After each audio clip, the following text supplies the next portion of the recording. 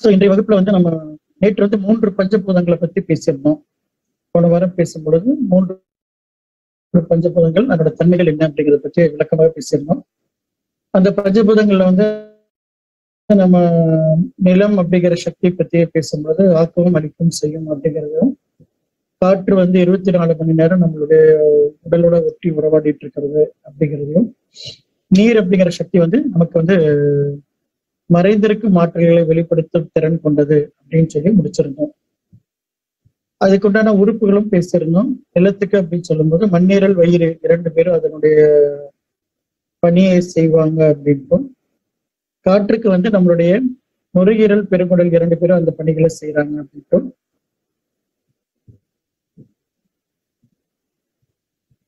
Plus நம்மளுடைய நீர் மூலத்துக்கு வரும் பொழுது கிட்னி, அதாவது நம்மளுடைய சிறுநீரகம் சிறுநீர் பை, கிட்னி அண்ட் யூரினரி பிளாடர் 2 பேரும் வந்து அந்த பணிகளை செய்யறாங்க அப்படிங்கிறத பத்தி நம்ம விளக்கமா பேசியிருந்தோம். இன்றைக்கு வந்து நம்ம மரம் அப்படிங்கிற சக்தியை பத்தி பேச போறோம். அக்குப்பஞ்சல மரம் அப்படிங்கிறது வந்து நம்ம பொதுவாக ஆகாயம்ங்கிற வார்த்தையை தான் இந்த மரம் அப்படிங்கிற வார்த்தையில குறிப்பிடுறாங்க. ஆகாயம் அப்படின்னு சொல்லும் பொழுது ஒரு பிரமிப்பு இருக்கும் அப்படிங்கிறதுனாலதான் அத ரொம்ப சிம்பிளா சொல்லணும் அப்படிங்கிறதுக்காக அக்குப்பஞ்சல் வந்து ஒரு எளிய மருத்துவம், எளிய வாழ்க்கை முறை அப்படிங்கிறதுனால அந்த வார்த்தைகள்ல கூட கொஞ்சம் இதா இருக்கக்கூடாது, தேடல் ரொம்ப இருக்கக்கூடாது அப்படிங்கிறதுக்காக அத மரம் அப்படிங்கிறது சார்ந்து பேசுறாங்க. இப்போ மரம் அப்படின்னா அதோட தன்மை என்ன அப்படிங்கறத நீங்க யோசிக்கலாம். தாராளமா வெளியே இருக்கக்கூடிய ஒரு மரத்தை பார்த்துக்கலாம். மரம் அப்படி சொல்லும்போது நம்ம எல்லாத்துக்குமே தெரியும், மரம்னா அங்க ஒரு நிழல் கிடைக்கும் அப்படிங்கிறது முதல் பார்வையில் இருக்கும். 2வது பசுமையாக இருக்கும். அப்புறம் அங்க வந்து நிறைய விலங்குகள்,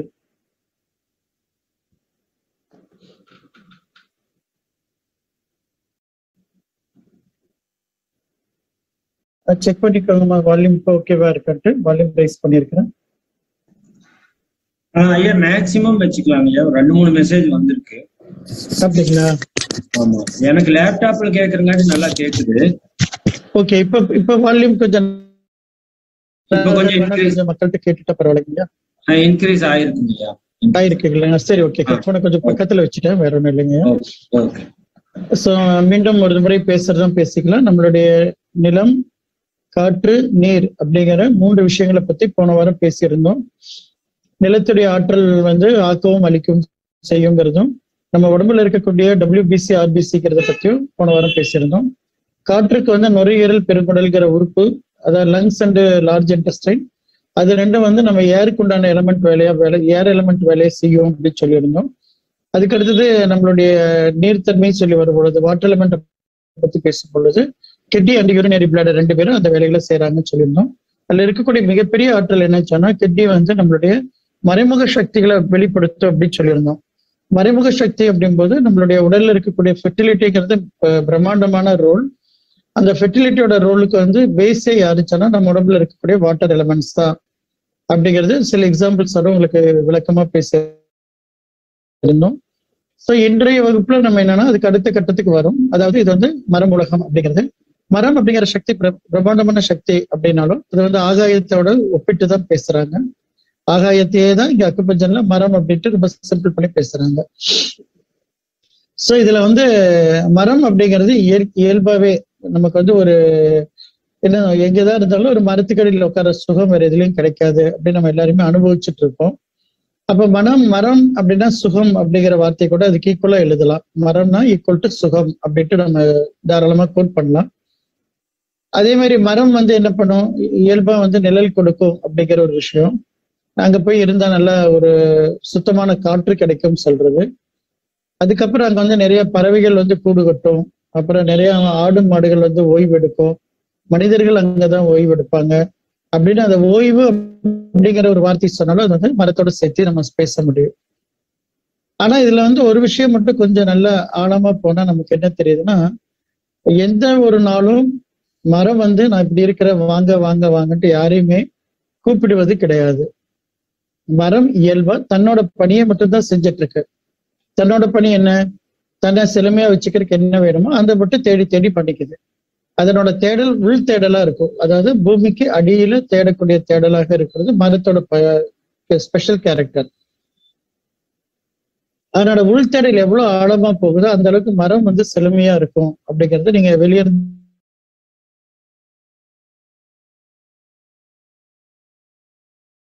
அவங்களுடைய பிரகாசம், அவங்களுடைய செழுமை எல்லாத்தையும் நீங்க மகன்களோட முகத்துல பார்க்க முடியும்.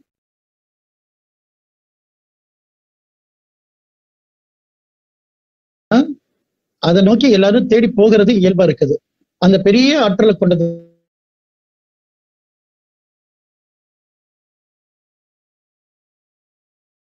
இயல்பாவே மரத்தை நம்ம வந்து ரசிக்கிறோம் அப்படின்னாலே அங்க என்ன அர்த்தம் சொன்னா, அந்த மரம் வந்து செழுமையில இருந்தா மட்டும்தான் ரசிக்க முடியும். அதே மரம் பட்டு போயிருக்கு அப்படின்னு யோசிச்சுக்கோங்க, அந்த மரத்தை பத்தி நம்ம யாருமே கேர் எடுக்க மாட்டோம். அதை வந்து அப்படியே ஒன்னோட 10ஓட பையனா தூக்கி ஓரம் கட்டி வச்சிருவோம். அப்ப செழுமை இருக்கணும், அதே சமயம் அதுல ஒரு ஈர்ப்பாற்றல் இருக்கணும். அப்போ அந்த செழுமையும் ஈர்ப்பாற்றலும் கொண்டது மரம் அப்படிங்கிறது நல்லாவே தெரியும் நம்ம எல்லாத்துக்குமே. அப்ப நம்ம உடம்புக்குள்ளேயும் அந்த செழுமையும் தேவை, ஈர்ப்பு ஆற்றலும் தேவை. அப்படின்னா நம்ம உடம்புக்குள்ள அதே மரம் செய்யக்கூடிய வேலைகளை செய்யக்கூடிய நபர் யார் இருக்கிறாங்கன்னு பார்க்கணும். அந்த ஆற்றல் கொண்ட நபர்கள் யாருன்னா 2 பேர் இருக்கிறாங்க. அவங்க வந்து நம்மளுடைய liver and call bladder. Liver and call bladder, அதாவது கல்லீரல் அண்டு பித்தப்பை. இவங்க 2 பேருமே நம்ம மரம் சார்ந்த விஷயங்களை செய்யறாங்க அப்படின்னு சொல்லி இந்த அக்குபஞ்சர் அறிவியல் சொல்லுவோம். அப்போ மரம் சார்ந்த விஷயங்கள் இவங்க செய்யறாங்கன்னு சொன்னா இவங்கள்ட்ட என்ன இருக்குது, கல்லீரல்ல என்ன இருக்குது, லிவர்ல என்ன இருக்குது அப்படின்னு நம்ம யோசிச்சோம். மரத்துல என்ன இருக்குது அப்படின்னு சொன்னா பொதுவாக சொல்லுவாங்க, மரத்துல டே டைம்ல போய் படுக்கலாம், நைட் டைம்ல படுக்க கூடாது அப்படின்ட்டு. டே டைம்ல படுக்கிற அதே மரம் தான் இரவு நேரத்துல இருக்குது. ஏன் அப்படின்னா உடனே சயின்ஸ் என்ன சொல்லுது, மாடர்ன் சயின்ஸ், அதுல வந்து நைட் ஆனா கார்பன் டை ஆக்சைடு வருது அப்படின்ட்டு. அப்ப பகல்ல மட்டும் என்ன வருது, பகல்ல ஆக்சிஜன் வருது அப்படின்னு சொல்றோம். ஓகே, அப்ப பகல்ல மரம் வந்து தன பிறருக்காக உழைக்குதுன்னு சொல்லலாம். இரவு நேரத்துல தன்னை செழுமைப்படுத்திக்குதுன்னு சொல்லலாம். தன்னுடைய கழிவுகளை வாங்கினது, அதாவது அதுக்கு முன்னாடி பகல் டைம்ல வாங்கின இந்த கழிவான சொல்லக்கூடிய அந்த கார்பன் மோனாக்சைடு, கார்பன் டை ஆக்சைடுங்கிற கண்டென்ட் வந்து என்ன பண்ணுது, உடம்பு மரம் வந்து வெளியே தள்ளுது. எப்போ? இரவு நேரத்துல. அது எதுக்காக இரவு நேரத்துல வெளியே தள்ளணும் அப்படின்னா, அது தன்னை சுத்தப்படுத்தினாதான் அடுத்த நாள் மார்னிங் திருப்பி நமக்கு வந்து கொடுக்க வேண்டிய பயனை கொடுக்க முடியும் அப்படிங்கிற ஒரு அருமையான தன்மை வந்து மரத்துக்கு தெரியுது. அதனாலதான் அந்த இரவு நேரத்துல நம்ம போய் படுத்தா கூட இல்ல படுத்திருக்கிறாங்க அதனால உங்களை காப்பாற்றணுங்கிறத விட தன்னை சுத்தப்படுத்துறது ரொம்ப பிரதானம் அப்படிங்கிறதுலயே மரம் தெளிவா இருக்குது. அப்ப அதே போல நம்ம உடம்புக்குள்ள இருக்கக்கூடிய கல்லீரல் என்ன பண்ணுது, உடம்புல இருக்கக்கூடிய எல்லா இடத்துலயும் இருக்கக்கூடிய நச்சுக்களை முறிக்கிற வேலையை அது பண்ணுது. நச்சுக்களை பிரிக்கிறது வேற, முறிக்கிறது வேற. நச்சுக்களை பிரிக்கிறது இல்ல, முறிக்கிறதுன்னா டீடாக்சிஃபை பண்ணுது. ஒரு டாக்ஸின் கண்டென்ட்டை டீடாக்சிஃபை பண்ணக்கூடிய ஆற்றல் யார்கிட்ட இருக்குன்னா நம்மளுடைய லிவர் கிட்ட தான் இருக்குது. அப்ப டாக்ஸின் எதிரி எல்லாம் நம்ம உடம்புல வரும். யாராவது இப்ப டாக்ஸின் எடுத்து சாப்பிட பிடிக்குமா, நச்சுக்களை சாப்பிட யாருக்கா பிடிக்குமா அப்படின்னா கண்டிப்பா பிடிக்காது. அப்ப நம்ம உணவுல இப்ப நம்ம சொல்றோம் ஃபெர்டிலைசர்ஸ் அதிகமா பயன்படுத்துறோம் அப்படின்னு சொல்றோம், கரெக்ட். 200 ஆண்டுகளுக்கு முன்னாடி ஃபெர்டிலைசர் பயன்படுத்தி இருப்போமா அப்படின்னா இருக்காது. ஓகே, அடுத்த 200 ஆண்டுகளுக்கு அப்புறம் ஃபெர்டிலைசரோட யூசேஜ் அதிகமா இருக்கலாமா? கண்டிப்பா இருக்கலாம். ஸோ இப்படி மாடர்னைஸ் ஆகிறோம்னு சொன்னா நம்மளை விட்டு வெளியே போறத மாடர்னைஸ் பண்றது அப்படிங்கிறத இப்ப லைஃபா இருக்குது. அப்படி நம்ம மருந்துகளை அதிகமா எடுக்க வேண்டியதோ ஃபெர்டிலைசர்ஸ் அதிகமா போட வேண்டிய வந்தா கூட அதையும் பியூரிஃபை பண்ணி டீடாக்சிஃபை பண்ணக்கூடிய ஆற்றல் யார்கிட்ட இருக்குன்னா நம்மளுடைய லிவர் கிட்ட இருக்குது. அப்ப லிவர் வந்து உடம்புலயே இருக்கக்கூடிய மிகப்பெரிய உறுப்புன்னு சொல்லுவாங்க. அவ்வளவு பெரிய உறுப்பு வந்து அவ்வளவு சீக்கிரம் டேமேஜ் ஆகவே ஆகும். அப்ப நம்மளுடைய லிவருடைய ஆற்றல் நல்லா இருந்துச்சு அப்படின்னா உங்களுடைய உடல்ல உணவு மூலமா போறக்கூடிய கழிவா இருந்தாலும் சரி, நச்சுக்களா இருந்தாலும் சரி, காற்றுல போற நச்சுக்களா இருந்தாலும் சரி, அல்லது நீர்ல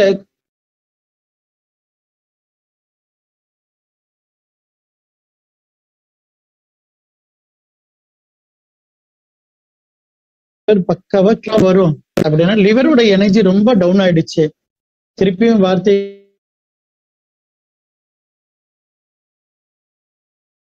லிவர் கெட்டு போயிடுச்சு நம்ம சொல்லல, எனர்ஜி ரொம்ப டவுன் ஆயிடுச்சு சொல்லும் பொழுதுதான் நமக்கு வந்து என்ன ஆகும்னா இந்த டீடாக்சிபிகேஷன் ஸ்டாப் ஆகும். இப்போ ஒரு சிலர் பார்க்கலாம், மருந்து மாத்திரைகள் நிறைய சாப்பிட்றவங்கள்ட்ட இது ஒரு அப்சர்வ் பண்ணி பார்த்தீங்கன்னா உங்களுக்கு தெரியும். நிறைய மருந்துகள் சாப்பிடும் பொழுது ஆரம்பத்துல சொல்லுவாங்க, எனக்கு ஒரு மாத்திரை போட்டாலே என் தலைவலி போயிடுச்சு அப்படின்னு சொல்லுவாங்க. ஒரு மாத்திரை சாப்பிட்டேன் என்னோட உடம்பு வலி போயிடுச்சு அப்படின்னு சொல்லக்கூடிய அதே நபர்கள் திருப்பி கொஞ்ச நாட்கள் ஆனதுக்கு அப்புறம், அதாவது 5-6 ஆண்டுகள் ஆனதுக்கு அப்புறம் சொல்லுவாங்க, இப்பெல்லாம் எனக்கு ஒரு மாத்திரைக்கு உடம்பு வேலை செய்ய மாட்டேங்குது, 2 மாத்திரை போட்டாதான் வேலை செய்யுது அப்படின்னு சொல்லுவாங்க. அதுக்கப்புறம் திருப்பி அதே மருந்துகளோ மாத்திரைகளோ தொடர்ந்து எடுத்துட்டு இருக்கப்ப சொல்லுவாங்க, இப்பெல்லாம் எனக்கு மாத்திரைக்கு வேலை செய்ய மாட்டேங்குது, உடம்பு இன்ஜெக்ஷனுக்கு தான் வேலை செய்யுது அப்படி சொல்லுவாங்க. ஓகே, டயல் கட்டுறது.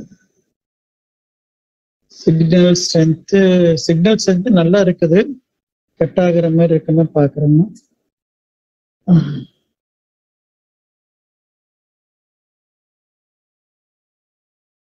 அதிகமாகுது. அப்புறம் மாத்திரையில இருந்து நம்ம அட்வான்ஸ் லெவலுக்கு எங்க போறோம் சொன்னா இதுக்கு இன்ஜெக்ஷனுக்கு போறோம். அப்புறம் இன்ஜெக்ஷன் போட்டுட்டே வராங்க. ஒரு கட்டத்துக்கு அப்புறம் சொல்லுவாங்க, உங்களுக்கு இன்ஜெக்ஷன் வேலை செய்யல அப்படின்னா எந்த கட்டத்துல இந்த வார்த்தைகள் வருது அப்படின்னு சொன்னா, எப்பொழுது உங்களுடைய லிவர் உடைய எனர்ஜி லெவல் சுத்தமா இறங்கிடுச்சோ, அது ரொம்ப குறைஞ்சிருச்சோ, அதுக்கு ஒரு லிமிட் இருக்குது, த்ரெஷோல்டு லிமிட் சொல்லுவோம் நம்ம எல்லாருமே. சோ அந்த லிமிட்டை தாண்டி கீழே போயிடுச்சு அப்படிங்கும் பொழுது அது வந்து என்ன பண்ணணும்னா தன்னோட மினிமம் ஒர்க்கை மட்டும் தான் பண்ணுமே தவிர இந்த டீடாக்சிஃபிகேஷன் பண்ற வேலை, அப்புறம் உங்களுக்கு வந்து டைஜஷன் கொடுக்குற வேலை, இதெல்லாம் அவரால் செய்ய முடியாம போயிடும். அப்ப அந்த ஒர்க்கே அவரால் செய்ய முடியல போது மருந்துகள்னால வரக்கூடிய விஷயங்களை அவரால் தடுக்க முடியுமானா முடியாது. அப்படி வரும்பொழுதுதான் நம்ம எல்லாரும் சொல்றோம், இந்த மருந்து எனக்கு வேலை செய்யல, இனிமேல் மருந்துகள்னால நமக்கு எந்த லாபமும் இல்லை அப்படிங்கறத சொல்லுவாங்க. இது வந்து பொதுவாக ஸ்டீராய்டு காம்பவுண்ட் அதிகமா யூஸ் பண்றவங்களுக்கு ரொம்ப சீக்கிரமே இந்த மாற்றம் நடந்துடும். ஸோ அப்போ மருந்துகள் நம்ம போடுவது அவசர காலத்திற்காக ஒரு மருத்துவமாக எடுத்துக்கொண்டாலும் கூட இயல்பா வாழ்நாள் முழுக்க ஒரு மருத்துவத்தோட, அதாவது ஒரு மருந்து பின்னாடியே மருந்து இல்லாம என்னால வாழ முடியாது அப்படின்னு சொல்லுவது வந்து இயற்கைக்கு முரணாக தான் பார்க்கப்படுகிறது. ஓகே, அப்ப லிவருடைய ஆற்றல் இது மட்டும் தானா அப்படின்னா கிடையாது. அதையும் தாண்டி ஒரு ஸ்டெப் முன்னாடி போறதுதான் அக்குபஞ்சர். இது என்ன சொல்லுதுன்னா, உங்களுடைய ஈர்ப்பு ஆற்றல், அதாவது அட்ராக்ட் பண்ற ஆற்றல், அட்ராக்ட் பண்றோம் இல்லைங்களா, நிறைய பேர் அட்ராக்ட் பண்றோம் அப்படின்னு சொன்னா அந்த ஈர்ப்பு ஆற்றல் யார்கிட்ட இருக்கும் யார்கிட்ட இருக்காது அப்படின்னு பார்த்தா, லிவரோட எனர்ஜி யார்கிட்ட நிறைய இருக்கோ அவங்களுக்கு எல்லாம் ஈர்ப்பு ஆற்றல் நிறைய இருக்குன்னு அர்த்தம். லிவர் எனர்ஜி ரொம்ப ட்ரெயின் ஆகும் போது அவர்கிட்ட யாரும் கூட சேர மாட்டாங்க, அவரை விட்டு எல்லாரும் ஒதுக்குவாங்க. அதுக்கு மேபி அவரோட ரீசன் நிறைய சொல்லுவாங்க, ரொம்ப கோவப்பட்டு இருக்காரு, கத்திட்டு இருக்காரு, அதனாலதான் எங்களுக்கு எல்லாம் பிடிக்கல அப்படின்னு நம்ம சொன்னால் கூட அவருக்கு அந்த கோபத்தை உண்டாக்கக்கூடிய நபரே யாரா இருக்கிறாரு சொன்னா அந்த லிவரா தான் இருக்காரு. அவர் ரொம்ப ட்ரை ஆகும் பொழுது உங்களுக்கு அந்த கோபத்தை கூட வெளியே கொண்டு வந்துருவாரு. அதனாலதான் கோபம்ங்கிறது வந்து லிவரை கனெக்டடா தான் சொல்லுவாங்க ட்ரீட்மெண்ட்ல. நம்ம அடுத்த பார்ட்ல அதை பத்தி டீட்டெயிலா பேச போறோம்.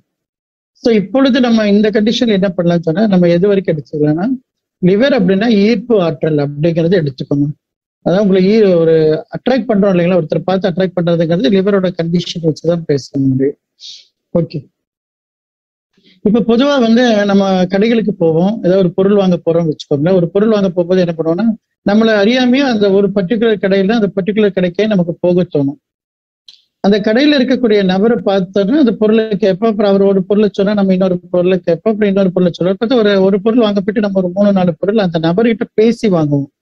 நீங்க மால்ல போய் வாங்குறதுங்கிறது வேற, அதனோட பாலிசி வேற மாதிரி பாலிசி. இங்க பார்த்தா கடையில ஒரு நபர் கூட உறவாடுவோம், பேசுவோம். பேசும்போது அவர் சொல்றாரு, அண்ணாச்சி இது வந்திருக்கு, நல்லா இருக்கு, எடுத்துக்கோங்க. ஆனா இது வேண்டானே அப்படின்னா, இது இப்பதானே ரேட்டு கம்மியா இருக்கு, எடுத்துக்கோங்க. அது தேவை இருப்பின் நம்ம எடுக்க வேண்டியதா எடுத்துருவோம். ஓகே, இப்ப இந்த நபரை கூட பேசி பழகினதுக்கு அப்புறம் நீங்க அங்க இருக்கக்கூடிய ஒரு 3 கடைகள் 4 கடைகள் இருந்தா கூட உங்களை அறியாம அந்த கடை லீவுன்னு சொன்னா நீங்க பொருள் வாங்காம திரும்பி வரதான் முயற்சி பண்ணுவீங்களே தவிர பக்கத்து கடையில வாங்கணுங்கிற ஒரு எண்ணம் வராது. அதற்கு காரணம் என்ன அப்படின்னா, அந்த பொருள்னால கிடையாது, அந்த பொருளை விற்கும் பொழுது அவருடைய மனநிலையும் சேர்ந்து உங்க கூட பரிமாறிக்கிறாரு. அந்த மனநிலை முழுக்க அவர் எங்கிருந்து கொண்டு வராரு சொன்னா, அவருடைய முழுக்க உங்களுடைய கல்லீரல்ல இருந்து அவர் வெளிப்படுத்துறது தான் அது. சோ எவ்வளவு தூரம் நம்ம கல்லீரல் ஆரோக்கியமா இருக்கோ அந்த அளவுக்கு கண்டிப்பா வந்து நீங்க அந்த ஈர்ப்பாற்றலை கொண்டு வர முடியும். இது நம்ம பெண் குழந்தைகளுக்கும் ஆண் குழந்தைகளுக்கும் ரொம்ப கட்டாயமா தேவைப்படும். இப்ப நேற்று வந்து ஒரு வகுப்பு நாங்க இங்க எடுத்திருந்தோம், கோயம்புத்தூர்ல ஒரு வகுப்பு எடுத்திருந்தோம். பர்டிகுலரா பெண் குழந்தைகள் தான், பெண் குழந்தைகளுக்கு மட்டும்தான் அந்த வகுப்பு, எக்ஸ்க்ளூசிவா ஃபார் கேர்ள்ஸ் அப்படின்னு சொல்லி எடுத்திருந்தோம். 10 வயசுல இருந்து 17 வயசு வரைக்கும் அப்படின்னு சொல்லி வகுப்பெடுச்சிருந்தோம். இப்ப அந்த குழந்தைகள்கிட்ட பேசும் பொழுது அவங்களுக்கு பத்தி வகுப்போட கண்டென்ட் என்ன சொன்னா, அவங்களுக்கு அந்த பீரியட்ஸ் டயத்துல அல்லது அவங்களோட உடல்ல நடக்கக்கூடிய மாற்றங்கள், அதனால சொசைட்டில பார்க்கிற பார்வைகள், அதை அவங்க எப்படி ஃபேஸ் பண்ணணும்,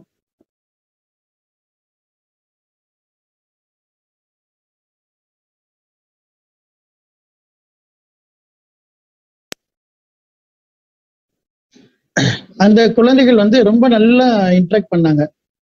ஸோ அந்த குழந்தைகள் பார்த்தா அவ்வளவு பொக்கிஷம் மாதிரி எங்களுக்கு தோணுது. ஏன்னா அந்த ஜென்ரேஷன்ல நம்ம அவங்களுக்கு கொடுத்துட்டோம்னு சொன்னா அவங்க ரொம்ப தெளிவா இருப்பாங்க, நல்லா தெரியுது. அவங்க அந்த பெண் குழந்தைகள் கேட்கிற டவுட் எல்லாம் பார்த்தா அவ்வளவு பிரம்மாண்டமா இருக்கு, சாதாரணமா இல்லை. இதுக்கு மேலே நிறைய வகுப்புகள் பெரியவங்களுக்கு எடுத்தோம், சின்ன குழந்தைகளுக்கு எடுக்கும்போது ஸ்கூல்ல போய் பேசியிருக்கிறோம்.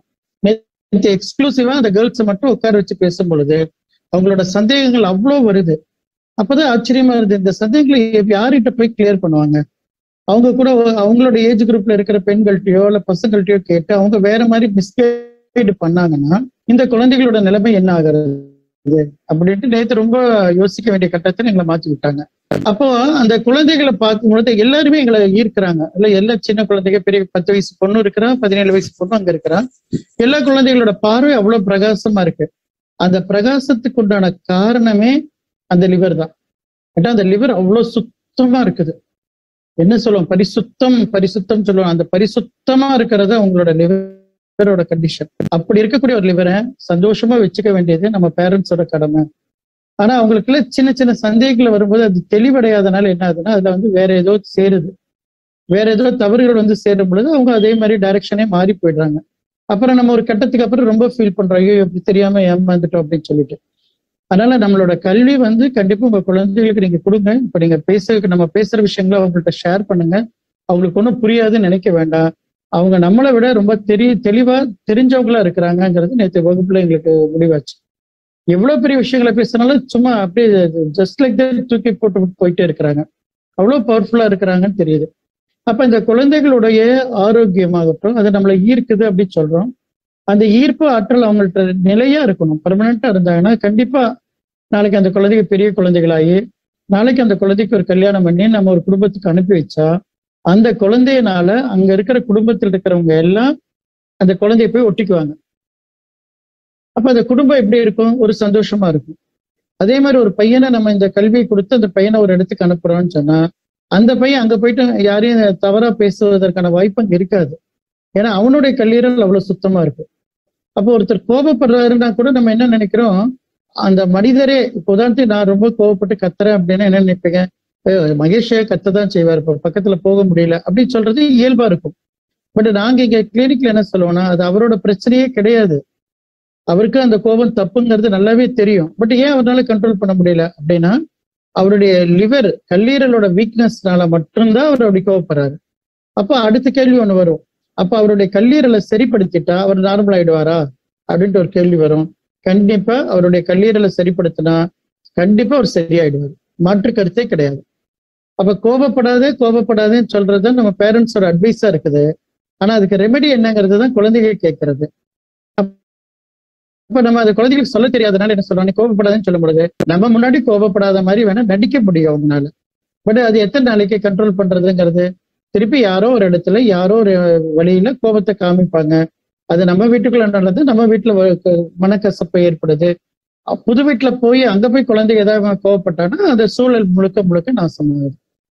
அப்போ இதுல வந்து முக்கியமா அக்குபஞ்சர் என்ன சொல்லுது சொன்னா, உங்களுடைய மரம் உலகம் எவ்வளவுக்கு எவ்வளவு ஆரோக்கியமா இருக்கோ அந்த அளவுக்கு உங்களுடைய லா ஆஃப் அட்ராக்ஷன் சொல்லக்கூடிய ஒரு பெரிய டாபிக் உங்களோட லிவர் பார்த்துக்கும் அப்படிங்கிறத சொல்றாங்க. ஓகே, ஸோ மரம் அப்படிங்கிற சக்தி இப்போதைக்கு இது போதும். நம்ம மரம் பத்தி நிறைய பேசலாம். அதனால இப்போ இந்த ஹெல்த் கான்சியஸ்னஸ் பத்தி பேசும்போது இதோட போதும், அதுக்கு அடுத்த டீட்டெயில் அப்புறம் பார்த்துக்கலாம். ஸோ இப்போ அதுக்கு அடுத்த வந்து மரம் பத்தி, மரத்துல இருந்து தாண்டி வரும்பொழுது அடுத்தது நம்ம கிட்ட இருக்கிறது வந்து நெருப்பு மூலகம். நெருப்புடைய ஆற்றல் என்ன அப்படி சொன்னா, நெருப்புங்கிறது வந்து பிரதானம். எதுக்கு பிரதானம் சொன்னா, உயிர் அப்படின்னாலே அது வந்து நெருப்பு சார்ந்ததாக தான் இருக்குது அப்படின்னு சொல்லுவோம். ஏன்னா முதல்ல நம்ம உடலுக்குள்ள இருக்கக்கூடிய ஜீவன் அப்படிங்கிறது உயிர் சார்ந்ததாக இருக்கு அப்படின்ட்டு அக்குபஞ்சர் அறிவியல் சொல்லுது. அப்ப இந்த அக்குபஞ்சர் அறிவியல் படி உயிர் சக்தி இருக்கிற வரைக்கும் தான் உங்களால ஆட முடியும், அசைய முடியும், பாட முடியும், பேச முடியும், எல்லாமே இருக்கு. ஸோ உயிராற்றல் இல்லை அப்படின்னா அது வந்து என்னதான் பக்கத்துல காற்று இருக்குது, தண்ணி இருக்குது, உணவு இருக்குது அப்படின்னாலும் எதையும் நம்மளால எடுத்து சாப்பிடவும் முடியாது, பயன்படுத்தவும் முடியாது. அப்ப உயிர் வந்து கண்ணுக்கு தெரியாதது அப்படின்னு சொன்னா கூட அதுதான் மிக மிக பிரம்மாண்டமான ஆற்றலாக இருக்குது. அந்த உயிர் உடல்ல இருக்கா இல்லையா வெப்பத்தை வச்சு கண்டுபிடிச்சிக்கலாம். ஸோ உடம்பை தொட்டு பார்க்குறோம், நல்ல சூடா இருக்கு, அதாவது நார்மலான டெம்பரேச்சர் சொல்லக்கூடிய 98 இருக்கு, 98.4 இருக்கு அப்படின்னு சொன்னாங்கன்னா உயிர் இருக்குது அப்படிங்கிற மாதிரி சொல்றோம். அதுவே 0 டிகிரிக்கு வந்துருச்சு அப்படின்னா நம்ம உயிர் சக்தி இல்லை அப்படிங்கிறத நம்ம சொல்லுறோம். அப்ப வந்து உயிர் அப்படிங்கிறது வெப்பத்தோட அடையாளம். இந்த வெப்பம் ஒரு நாளைக்கு நமக்கு எவ்வளவு நாள் தேவைப்படும் அப்படின்னா வாழ்நாள் முழுக்க தேவை. அதாவது நம்ம இருக்கிற வரைக்கும் அந்த வெப்பம் இருக்கும், நம்ம இல்லாட்டினா வெப்பம் போயிடும். ஸோ வெப்பமும் நம்மளை பிரிக்கவே முடியாது அப்படிங்கிறது நல்லாவே தெரியும். அதே மாதிரி அதை நம்மளால கண்ட்ரோல் பண்ண முடியாது, தடுக்கவும் முடியாது, அதனோட இயல்புல அது தெரிஞ்சுட்டே தான் இருக்கும் அப்படிங்கிறது நம்ம எல்லாத்துக்கும் தெரியும். ஸோ இந்த வெப்பம் சார்ந்த சக்தியை உடம்புக்குள்ள யாரோ ஒருத்தர் செய்யணும். பஞ்சபூத சக்தியை முழுக்க எல்லாரும் பிரிக்கிறோம். அதில் அந்த 5ஆ பிரிச்சதுக்கு அப்புறம் இந்த வெப்பம் சார்ந்த விஷயங்களை செய்யக்கூடிய நபர் யாரா இருக்கிறாங்கன்னு சொல்லி பார்த்தா அவங்கதான் நம்மளுடைய இதயம் சொல்லக்கூடிய ஹார்ட் அண்டு சிறுகுடல் சொல்லக்கூடிய ஸ்மால் இன்டெஸ்டைன். இதயமும் சிறுகுடலும் அவ்வளவு பிரம்மாண்டமான வேலைகளை செய்யுது அப்படின்ட்டு அக்குபஞ்சர் அறிவியல் சொல்லுது. நம்ம பொதுவா ஹார்ட் அப்படின் போது அதுக்கு ஒரு தனி மரியாதை இருக்குது. ஈவன் ஹார்ட் கார்டியாக் ஸ்பெஷலிஸ்ட பார்த்தா கூட ஒரு தனி மரியாதையா தான் வச்சுட்டு இருக்கிறாங்க.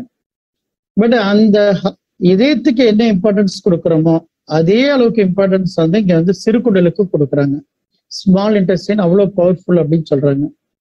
ஸ்மால் இன்டெஸ்டைன் தான் என்ன பண்ணுதுன்னா, நம்ம உடம்புல ஹார்ட்டுக்கு ஒரு வேலை இருக்கு, ஸ்மால் இன்டெஸ்டைனுக்கு ஒரு வேலை இருக்குது. ஹார்ட்டோட வேலை என்ன அப்படின்னா, allopathy point of view, modern medicine படி என்னன்னா அது ரத்தத்தை பம்ப் பண்ணி அனுப்புது அப்படிங்கிற ஒரு பார்ட்டுக்கு. ஸோ அப்ப ரத்தம் எங்கேயோ இருந்து வருது, வந்ததை பம்ப் பண்ணி அனுப்புறது அதனோட வேலை. அதை நம்ம ஏற்கனவே இதுல பேசியிருப்போம்னு நினைக்கிறேன். நிலத்தை பத்தி பேசும்போது சொல்லியிருக்கலாம்.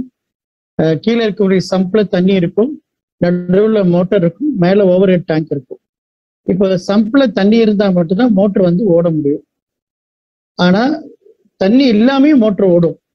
அப்படி ஓடிச்சு சொன்னா, ரொம்ப நேரத்தை ஓடிச்சு சொன்னா மோட்டர் வந்து சூடாயிடும். அதே மாதிரி நம்ம உடம்புல ரத்தத்தை வந்து நம்ம மண்ணீரில் உற்பத்தி பண்ணி அனுப்பும் பொழுது இதையும் வந்து அதை பம்ப் பண்ணி அனுப்பிட்டே இருப்பாரு. அப்போ உடல் முழுக்க நமக்கு தேவையான வெப்ப சூழல் கிடைச்சிக்கிட்டே இருக்கும். அது இல்லாம ரத்தத்துல வறட்சி ஏற்பட்டுச்சுன்னா கண்டிப்பா நம்மளுடைய இதயம் வந்து சூடாகும். சூடாகுனா ஓவர் பல்பிட்டேஷன் இருக்கலாம் அப்படின்னு நம்ம சொல்லலாம். ஓகே, அப்ப அது வந்து ஒரு வெப்பமான உறுப்பா தான் நம்ம இதயத்தை சொன்னா கூட அந்த இதயத்துல இருக்கக்கூடிய ஆப்ரேஷன், அதை ஒர்க் பண்ணக்கூடிய என்விரான்மெண்ட் எப்படி வச்சுக்கணும்னு சொன்னா குளிர்ச்சியா இருக்கணும் அப்படிம்பாங்க. அந்த குளிர்ச்சி எங்க இருந்து வரும்னு சொன்னா முழுக்க முழுக்க நம்மளுடைய எண்ணங்கள் மூலமாக தான் வரும். அது ஞாபகம் வச்சுக்கோங்க. ஸோ இது ரொம்ப ஹை எண்டுக்கு போகும்போது இதை பத்தி பேசலாம். இப்பொழுது நம்ம ரொம்ப தெரிஞ்ச விஷயங்களை பேசிக்கிட்டு அப்புறம் நம்ம அதை டீட்டெயில் போறதா போய்க்கலாம். ஸோ இப்பொழுது வந்து நம்ம தெரிஞ்சுக்க வேண்டிய ஒரே ஒரு விஷயம் என்னன்னா, நெருப்புங்கிற ஒரு சக்தி நம்ம உடம்புல இருக்குது, வெளியவும் நெருப்பு சக்தி இருக்குது. அதை நம்பிதான் ஜீவராசிகள் எல்லாமே வாழ்ந்துட்டு இருக்கிறாங்க. நெருப்பு இல்லைன்னு சொன்னா ஜீவராசிகளோட வாழ்க்கை வந்து சீக்கிரம் மரணத்தை நோக்கி போயிடும். அதனாலதான் வயதான பாட்டிமார்கள் எல்லாம் பார்த்தீங்கன்னா ரொம்ப வயது ஆனா கூட கையில ஒரு குச்சி வச்சுட்டு நடக்கிற சூழல் இருக்கும்போது கூட அவங்க என்ன பண்றாங்கன்னா, உட்காரும் போதெல்லாம் வெயில் சார்ந்த இடங்கள்ல போய் உட்காந்துக்குவாங்க. வெயில் நல்லா சுருக்குண்டு உடம்பு மேல படுற மாதிரி பார்த்துக்குவாங்க. ஏன்னா உடலுக்குள்ள போதிய வெப்பம் இல்லைன்னா வெளியே இருந்து வெப்பத்தை எடுத்துக்கிறதுக்கு இறைவன் ஆற்றல் கொடுத்துருக்குறாங்க. அதனால அந்த வெளியே இருக்கிற வெப்ப சக்தி அவங்க எடுத்துக்குவாங்க. அது அவங்களை கேட்காமே நடந்துட்டு இருக்கும். நம்ம புதுசா போறவங்க கூட சொல்லுவாங்க, இவ்வளவு வெயில போய் உட்காந்துட்டு இருக்கிறீங்கம்பாங்க. பட் அந்த வெயில் அவங்களுக்கு இதமாக இருக்கும். ஏன்னா உயிரோட்டத்தை அது காப்பாத்திட்டு இருக்கும் அப்படிங்கிறத அவங்களுக்கு தெரிஞ்சோ தெரியாமலோ செஞ்சுட்டு இருப்பாங்க. அப்போ நமக்கு தேவையான வெப்ப சக்தி வெளியவும் இருக்குது, அதே மாதிரி உடம்புக்குள்ளேயும் அந்த தேவையான வெப்ப சக்தி தேவைப்படுது.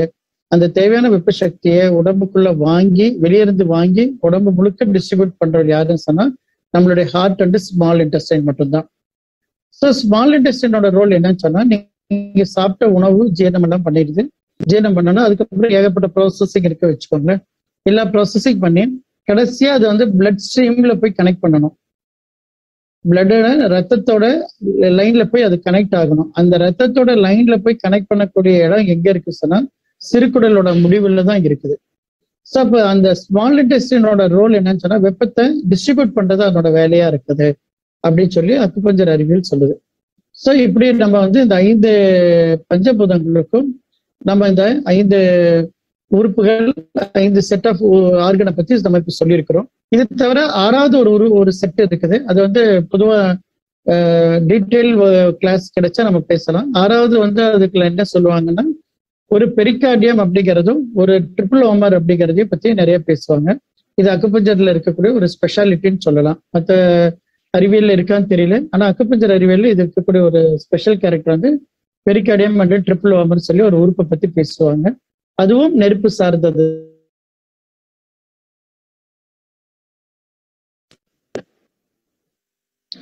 சரி, இடையில கால்ஸ் வந்தது. ஸோ அதுவும் நெருப்பு சார்ந்த உறுப்பாக தான் அது இருந்துட்டு இருக்கு. அப்ப மொத்தம் வந்து நமக்கு வந்து 12 உறுப்புகள்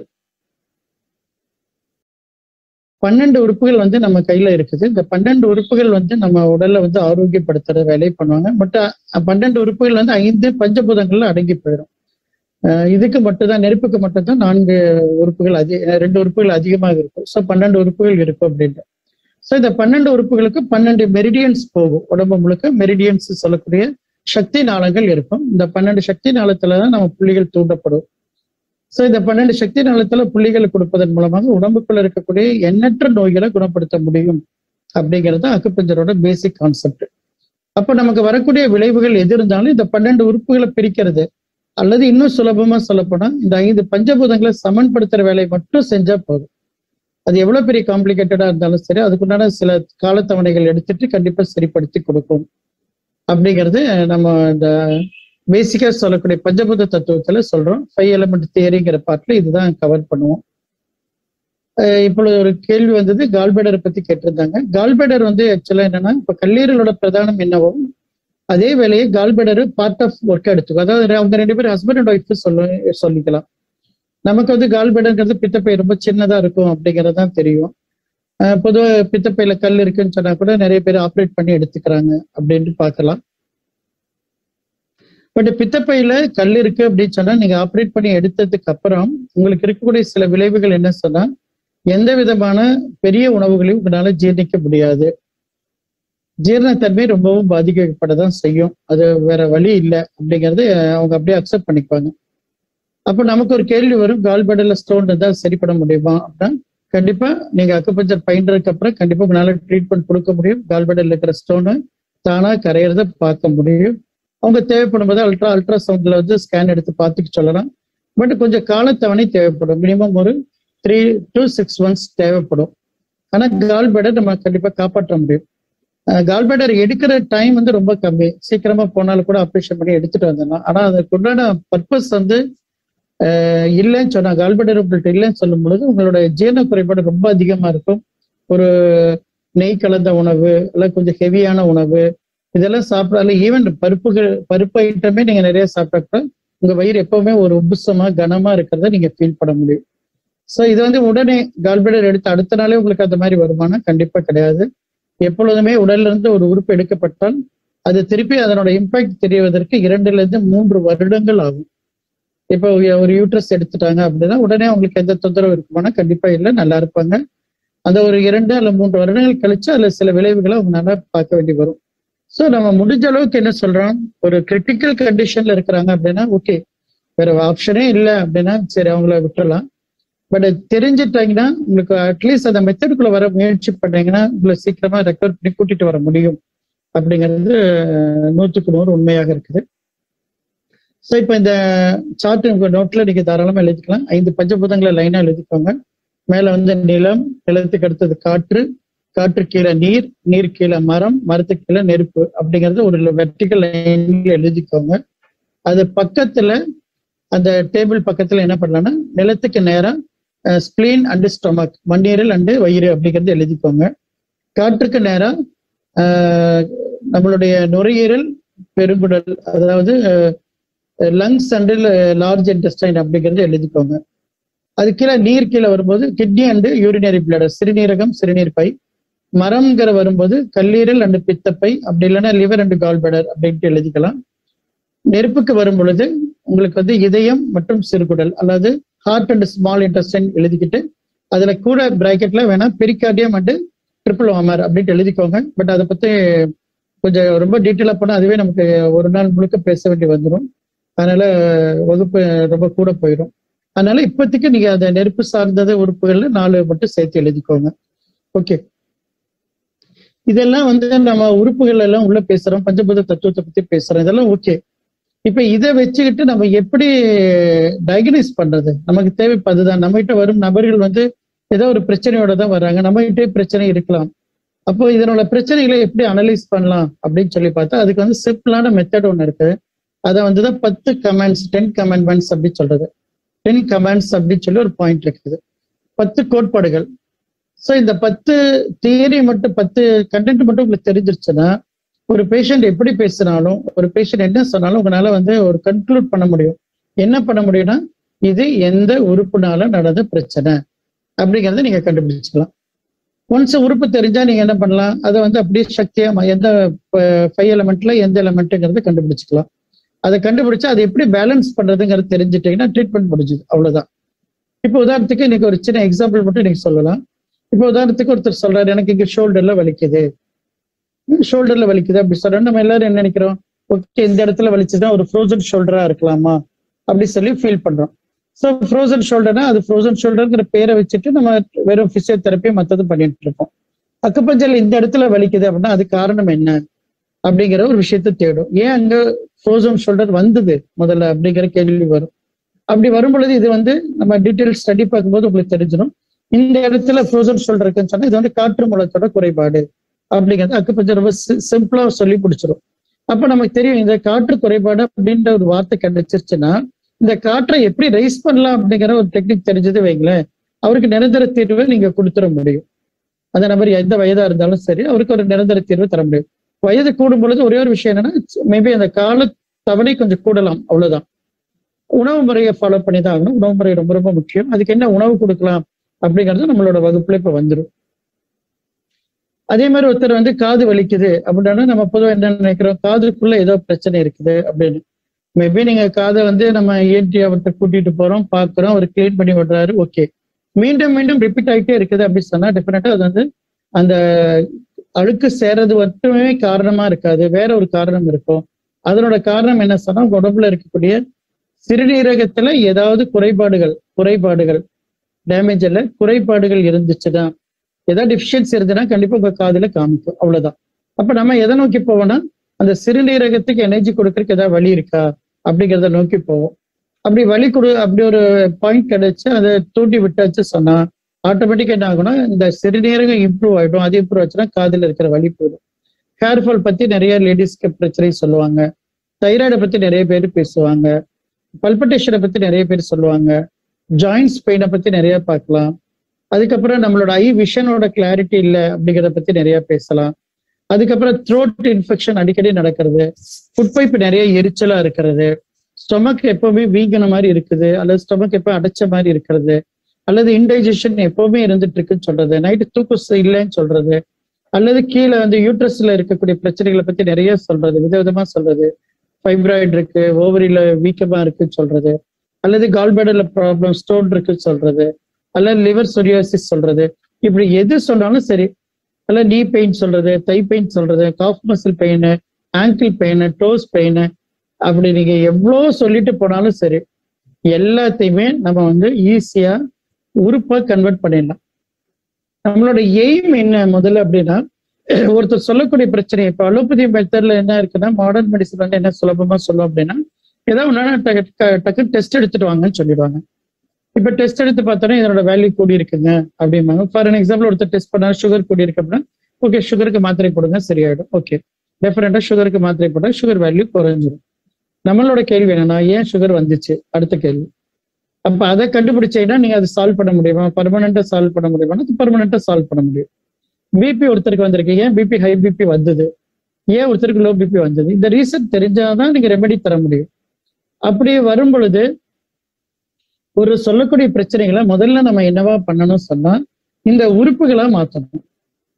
இப்ப 10 உறுப்புகளை பத்தி பேசுறோம் இல்லைங்களா, அந்த செட் ஆஃப் உறுப்புகளை பத்தி பேசியிருக்கிறோம். ஸோ அந்த செட்ல எந்தனால இவருக்கு இந்த பிரச்சனை வந்தது அப்படிங்கிறது முதல்ல கண்டுபிடிக்கணும். ஓகே இப்போ உதாரணத்துக்கு ஒருத்தரோட பிரச்சனை வந்து வயிறு சம்பந்தப்பட்டதாக இருக்குதுன்னு சொல்லி எடுத்துக்கலாம். அப்ப வயிறுனா எந்த மூலகம் அப்படி எந்த எலமெண்ட் சொல்லி எடுத்துட்டீங்க சொன்னா அது கண்டிப்பா வந்து எர்த் எலமெண்ட்னு நமக்கு தெரியும். அப்ப இப்ப நம்மளோட நோக்கம் என்னவா இருக்குதுன்னா இந்த எர்த் எலமெண்ட்டுக்கு எனர்ஜி எப்படி கொடுக்கறது, அவ்வளவுதான். இந்த எர்த் எலமெண்ட்டை அப் பண்றதுக்கு நல்லா ஆகணும்னு சொன்னா அவருக்கு என்ன ஃபுட்டு கொடுக்கறது, இது ரெண்டு மெத்தடை மட்டும் ரெண்டு தெரிஞ்சா போதும் அந்த நபருக்கு இருக்கிற பிரச்சனையை நம்மளால சால்வ் பண்ண முடியும். இதுக்கு வந்து நீங்க பெரிய ரொம்ப படிச்சிருக்கணும், ஸ்காலரா இருக்கணும் அப்படிங்கிறதெல்லாம் ஒண்ணுமே தேவையில்லை. உங்களுக்கு புரிதல் இருந்தா போதும். சிம்பிளான இந்த புரிதல், இப்ப நம்ம பேசுற இந்த 5 கோட்பாடுகளை பத்தி பேசியிருக்கிறோம் இல்லைங்களா, அந்த 5 பஞ்சபூதங்களை பத்தி பேசுறோம் இல்லைங்களா, இதனோட தன்மைகள் பத்தி மட்டும் உங்களுக்கு புரிஞ்சா போதும். அப்படி தன்மைகள் பத்தி புரியணும்னு சொன்னா என்ன பண்ணலாம்னா, நீங்க வெயில் காலமா கொஞ்சம் தூரம் வெயில்ல நடந்து பாருங்க, மழை காலமா கொஞ்சம் மழையில நனைஞ்சு பாருங்க, மரத்திலேயா ஒரு மரத்துக்கு கீழே உட்கார்ந்து பாருங்க. இப்படி ஒவ்வொன்றையும் நீங்களே அனுபவிச்சுக்கலாம். காற்றா நல்லா டீப்பா சுவாசிச்சு பாருங்க, அது உள்ள போய் காற்று என்னதான் நமக்கு பண்ணது பாருங்க, நிலத்தை நல்லா உத்து பாருங்க. இவ்வளவுதான். இதை பார்க்க பார்க்க பார்க்க பார்க்க அவங்க சொல்லி கொடுத்துட்டே இருக்கிறாங்க. அவங்களுக்கு பாவம் வேற ஆட்களே கிடைக்க மாட்டேங்கிறாங்க, யாருமே அவங்களை கவனிக்காம தான் ஓடிட்டு இருக்கிறோம். அந்த மாதிரி யாராவது ஒருத்தர் கவனிச்சாங்கன்னா அவங்க மட்டும் எனார்மஸா நம்ம முன்னாடி கொட்டுறாங்க. நீங்க அதுல எவ்வளவு உங்களால முடியுமோ அவ்வளவு மட்டும் எடுத்துக்கோங்க. அதை எடுத்து நீங்க ட்ரீட்மெண்ட் கொடுத்தாலே போதும், அந்த நபருக்கு ஒரு நிரந்தர தீர்வை நம்மளால கொடுக்க முடியும், அந்த ஆரோக்கியத்தை மீட்டெடுக்க முடியும். சோ வரும் வகுப்புல நம்ம என்ன பண்ண போறோம்னா, ஒரு 10 கோட்பாடுகள் இருக்கு. அந்த 10 கோட்பாடுகளை பத்தி ஒவ்வொரு நாளைக்கும் ஒரு கோட்பாடு அல்ல 2 கோட்பாடுகளை பத்தி நம்ம பேசுவோம். ஓகே, அந்த கோட்பாடுகள்ல வந்து இந்த உறுப்புகளுக்கு இந்த கோட்பாடுகளுக்கு என்ன சம்பந்தம், அப்படி ஒரு பிரச்சனை வருதுன்னா முன்னாடியே நம்மளால ஃபோர்காஸ்ட் பண்ண முடியுமா அப்படிங்கிறத பத்தி எல்லாம் நம்ம டீட்டெயிலா பேச போறோம். அந்த 10 கோட்பாடுகளுக்கு ஒவ்வொன்றுக்கும் தனித்தனி பேஜா வச்சுக்கோங்க. நம்ம பேசும்போது நீங்க அப்படியே லைனா எழுதிட்டு வர வேண்டாம். ஒரு கோட்பாடு அப்படின்னு சொல்லி எடுத்துட்டா, ஃபார் அன் எக்ஸாம்பிள் நாளைக்கு ஒரு கோட்பாடு எடுக்கிறோம் எங்களை அடுத்த வாரம் எடுக்கும்போது வெளி உறுப்பை பத்தி பேச போறோம் அப்படின்னு சொன்னா நீங்க உங்க நோட்ல திருப்பி ஃப்ரெஷ் பேஜா எடுத்துக்கோங்க.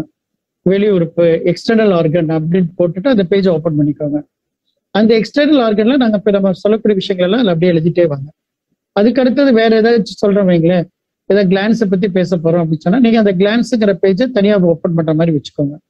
இப்படி ஒவ்வொன்றுக்கும் அந்த 10 கோட்பாடுகளுக்கும் நீங்க என்ன பண்ணலாம்னா 10 பேஜ் பத்தாது கூட வரும். ஆனா 10 டிஃப்ரெண்ட் பேஜஸ்க்குள்ள ஃப்ரெஷ்ஷா ஆரம்பிக்கிற மாதிரி உங்க நோட்ல எழுதி வச்சுக்கோங்க. அப்பதான் நாளைக்கு ரெஃபர் பண்றதுக்கு உங்களுக்கு ஈஸியா இருக்கும். ஒன்ஸ் இந்த 10 தரவு பண்ணிட்டோம் அப்படின்னா நீங்க இடையில அந்த கோட்பாடுகளுக்குள்ள இருக்கிற டவுட்டை நீங்க தாராளமா கேட்க வேண்டியிருக்கலாம், கேட்கலாம். கேட்டா அன்னைக்கு அந்த கோட்பாட்டுல படி இருக்கக்கூடிய டவுட்டை மட்டும் நாங்க கிளியர் பண்ணி தரோம். அப்படி ஒவ்வொன்றா கிளியர் பண்ணிட்டே வந்தீங்கன்னு சொல்லும்போது 10th டே முடிச்சும் போது நமக்கு வந்து ஈஸியா இருக்கும். ஏதாவது ஒரு பிரச்சனை சொன்னா இப்ப நீங்களே சொல்லுங்கன்னு சொல்லும்போது நீங்களே சொல்லிடுவீங்க, சார் இது இந்த ப்ராப்ளத்துக்கு உண்டான எல்லாம் இது ஆர்கன் வீக்னஸ் இவர் தான், இந்த ஆர்கன் வீக்னஸ்னால இந்த 5 எலமெண்ட்ல இவர் தான் டிஸ்டர்ப் ஆயிருக்காரு, ஸோ இவரை மட்டும் டியூன் பண்ணா என்னோட ப்ராப்ளம் சால்வ் ஆயிடும் அப்படிங்கிற ஒரு கிளாரிட்டியோட உங்களால பேச முடியும். அந்த கிளாரிட்டி எவ்வளவு முக்கியம், அந்த கிளாரிட்டி ஏன் முக்கியம் அப்படிங்கிறத நம்ம அடுத்த நாள் கிளாஸ்ல பார்க்க போறோம். அதுக்கு ஒரு தனி தியரி இருக்கு. அந்த தியரிக்கு பேரு yin yang தியரி அப்படிம்பாங்க. அது சைனீஸோட நேம் yin yang தியரி சொல்லிட்டு, இந்த தியரி மட்டும் கொஞ்சம் தெளிவா தெரிஞ்சுட்டீங்க அப்படின்னா வாழ்க்கைய அறிவியலை பத்தி அக்குபஞ்சர் அறிவியல் இல்லை, வாழ்க்கை பத்தின எல்லா அறிவியலும் உங்களுக்கு புரிஞ்சிடும். அவ்வளவு சுலபமான ஒரு தியரி தான் நாளைக்கு நம்ம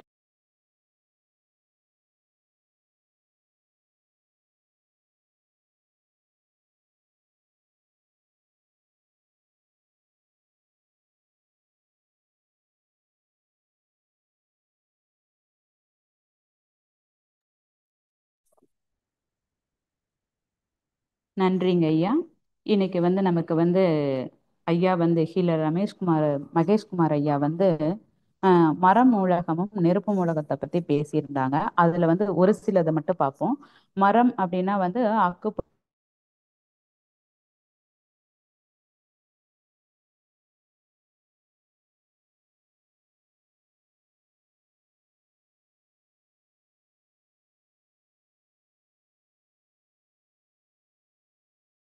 அதே பட்டு போயிருந்துச்சுன்னா அதை பத்தி நம்ம நினைப்போமா அப்படி நினைக்க மாட்டோம். அதே போலதான் நம்ம உடம்புல செழுமையும் ஈர்ப்பு ஆற்றலும் இருந்தாதான் நம்ம நல்லா பிரிஸ்கா இருக்க முடியும் அப்படின்னு சொல்லியிருந்தாங்க. அந்த நெருப்பு அதாவது மரத்துக்கு விண்ணுக்கு எதுன்னா கல்லீரலோட தொடர்புடையது, ஆகாயத்துக்குரிய உறுப்பு கல்லீரலோட தொடர்புடையது அப்படின்னு சொல்லியிருந்தாங்க. அந்த கல்லீரல் நச்சுக்களை வந்து முறிக்கக்கூடிய வேலையை கல்லீரல் செய்யுதாம். அப்புறம் வந்து நம்மளுடைய லிவர் நல்லா இருந்தா உணவுல உள்ள பிரச்சனைகளை எல்லாம் சரியாகிடும் அப்படின்னு சொல்லியிருக்காங்க.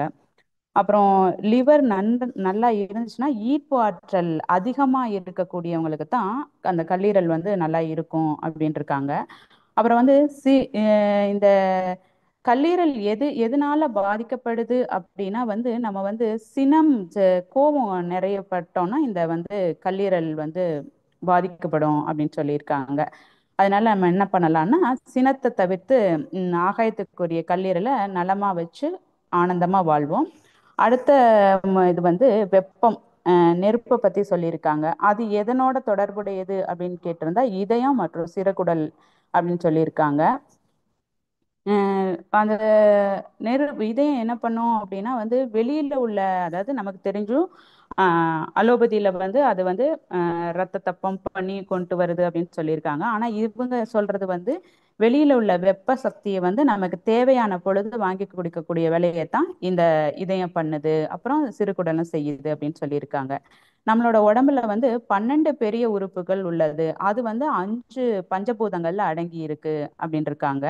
அப்புறம் 12 புள்ளிகளையும் அழுத்தம் கொடுக்கறதுனால அந்த 12 உறுப்புகளோட உறுப்புகளை வந்து சரியா இயங்க வைக்கலாம் அப்படின்னு அக்குபஞ்சர் மூலமா அப்படின்னு சொல்லியிருக்காங்க. அதனால நம்ம எண்ணத்தை சரியா எண்ணி நம்ம இதயத்தை பாதுகாப்போம், அன்பும் கருணையுமா வாழ்வோம். இது வந்து இந்த அக்குபஞ்சர் ட்ரீட்மெண்ட் வந்து யாரு வேணாலும் பார்க்கலாம்.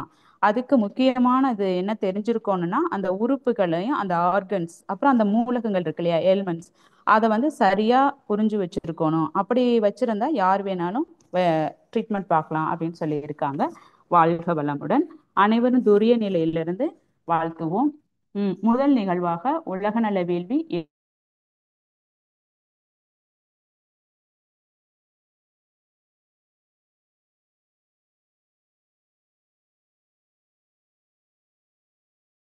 வாழ்க வளமுடன்.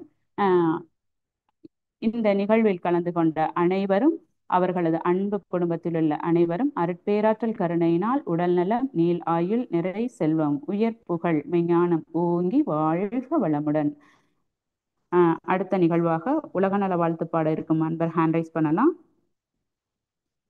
நேசமலர் அம்மா.